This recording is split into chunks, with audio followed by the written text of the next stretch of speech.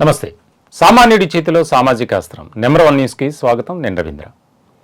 ఆంధ్రప్రదేశ్ రాజకీయాల్లో క్షణక్షణం చాలా కీలకమైనటువంటి మార్పులు చోటు చేసుకుంటున్నాయి. ప్రధానంగా 5 ఏళ్ల పాటు అధికారంలో ఉన్నటువంటి వైఎస్ఆర్సీపీ ఇప్పుడు ప్రస్తుతం ఆ పార్టీ స్థితి మనం చూస్తే గనక అనిశ్చితి, అగమ్య గోచరంగా మారింది. దానికి ముఖ్యమైనటువంటి కొన్ని కారణాలు అయితే ఉన్నాయి. ప్రధానంగా 5 ఏళ్ల పాటు అధికారాన్ని అడ్డుపెట్టుకుని ఇష్టం వచ్చినట్లు వ్యవహరించారు అనేది ఒకటి. అలాగే పోలీస్ అధికారులను, ఇతర ముఖ్యమైనటువంటి ఆయా డిపార్ట్మెంట్లకు సంబంధించి అధికారులను తమ గుప్పిట్లో పెట్టుకుని ఇష్టం వచ్చినట్లు ఇష్టారాజ్యంగా అడ్డగోలుగా వ్యవహరించారు అనేది ఒక్కొక్కటిగా బయటకు వస్తుంది. దీనిలో భాగంగానే ప్రస్తుతం ఆంధ్రప్రదేశ్ అసెంబ్లీ డిప్యూటీ స్పీకర్గా ఉన్నటువంటి రఘురామకృష్ణంరాజు, ఆయన అప్పుడు ఎంపీగా వ్యవహరించారు వైఎస్ఆర్సీపీలో. ఆయన విషయానికి సంబంధించి కస్టోడియల్ టార్చర్, ఇప్పుడు ఈ పదం బాగా వినిపిస్తుంది రాజకీయ వర్గాల్లో. 3 ఏళ్ల క్రితం ఒక అంశానికి సంబంధించి RRRను అరెస్ట్ చేశారు సిఐడి పోలీసులు. దానిలో భాగంగా ఆయన్ను అరెస్టు చేసినటువంటి క్రమంలో, అలాగే ఆయనని కస్టడీలోకి తీసుకుని విచారించినటువంటి క్రమంలో కూడా ఆయనపై దురుసుగా ప్రవర్తించడం, అసభ్యకరంగా మాట్లాడటం, ముఖ్యంగా శారీరకంగా వేధించడం అప్పట్లో చాలా ఒక ప్రాధాన్యతమైనటువంటి అంశంగా వార్తాపత్రికలు కానీ న్యూస్ ఛానళ్ళు కానీ చూపించాయి. దానికి సంబంధించి ఆయన కూడా ఛాలెంజ్గా ముందుకెళ్లారు. నన్ను ఈ విధంగా కొట్టారు, వేధించారు, మానసికంగా శారీరకంగా హింసించారు, కాబట్టి నాకు న్యాయం చేయండి మహాప్రభు అని కోర్టు మెట్లెక్కారు. ఇటువంటి క్రమంలో తాజాగా జరిగినటువంటి పరిణామం, సిఐడి డిపార్ట్మెంట్లో అడిషనల్ ఎస్పీగా ఉన్నటువంటి విజయ్ పాల్ ఆయన్ను అరెస్ట్ చేశారు.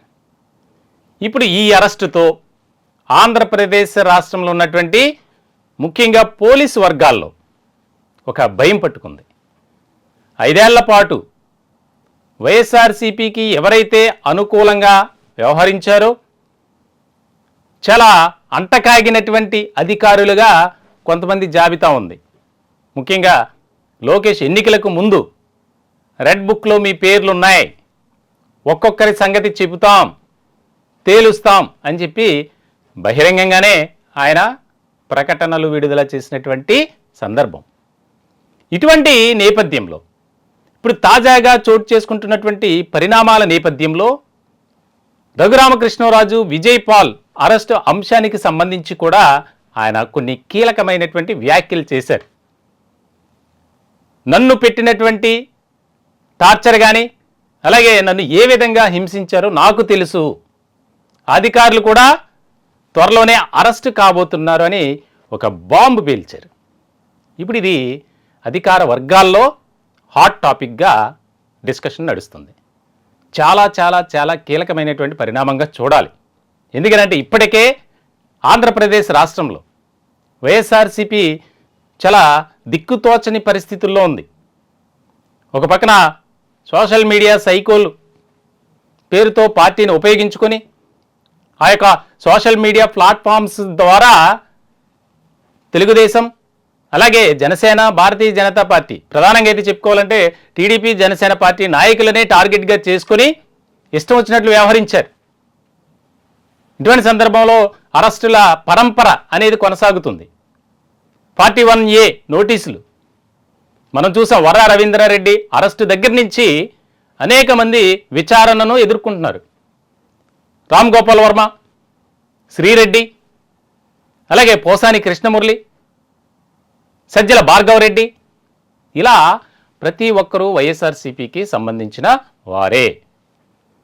ఇలాంటి క్రమంలో రాష్ట్ర రాజకీయాల్లో మరికొన్ని రోజుల్లోనే చాలా కీలకమైనటువంటి పరిణామాలు చోటు చేసుకోబోతున్నాయి. రఘురామకృష్ణరాజు తాజాగా చెప్పినటువంటి ఆ యొక్క మాట ఏదైతే ఉందో, ఇంకా చాలా అరెస్టులు ఉంటాయి మీరు చూస్తారు కదా అని, ఇప్పుడు దీనిపై ఒక అంతర్గతంగా ఒక చర్చ జరుగుతుంది తాడేపల్లి వైఎస్ఆర్సీపీ పార్టీ కార్యాలయంలో.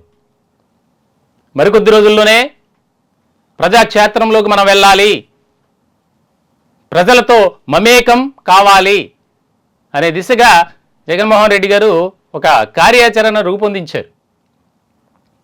ఫ్యాన్ పార్టీలు ఎంతమంది ఉంటారు, ఎంతమంది బయటికి వెళ్తారో అనేది త్వరలోనే తెలుస్తుంది అనే ప్రచారం కూడా రాజకీయ వర్గాల్లో ఎక్కువగా వినిపిస్తుంది.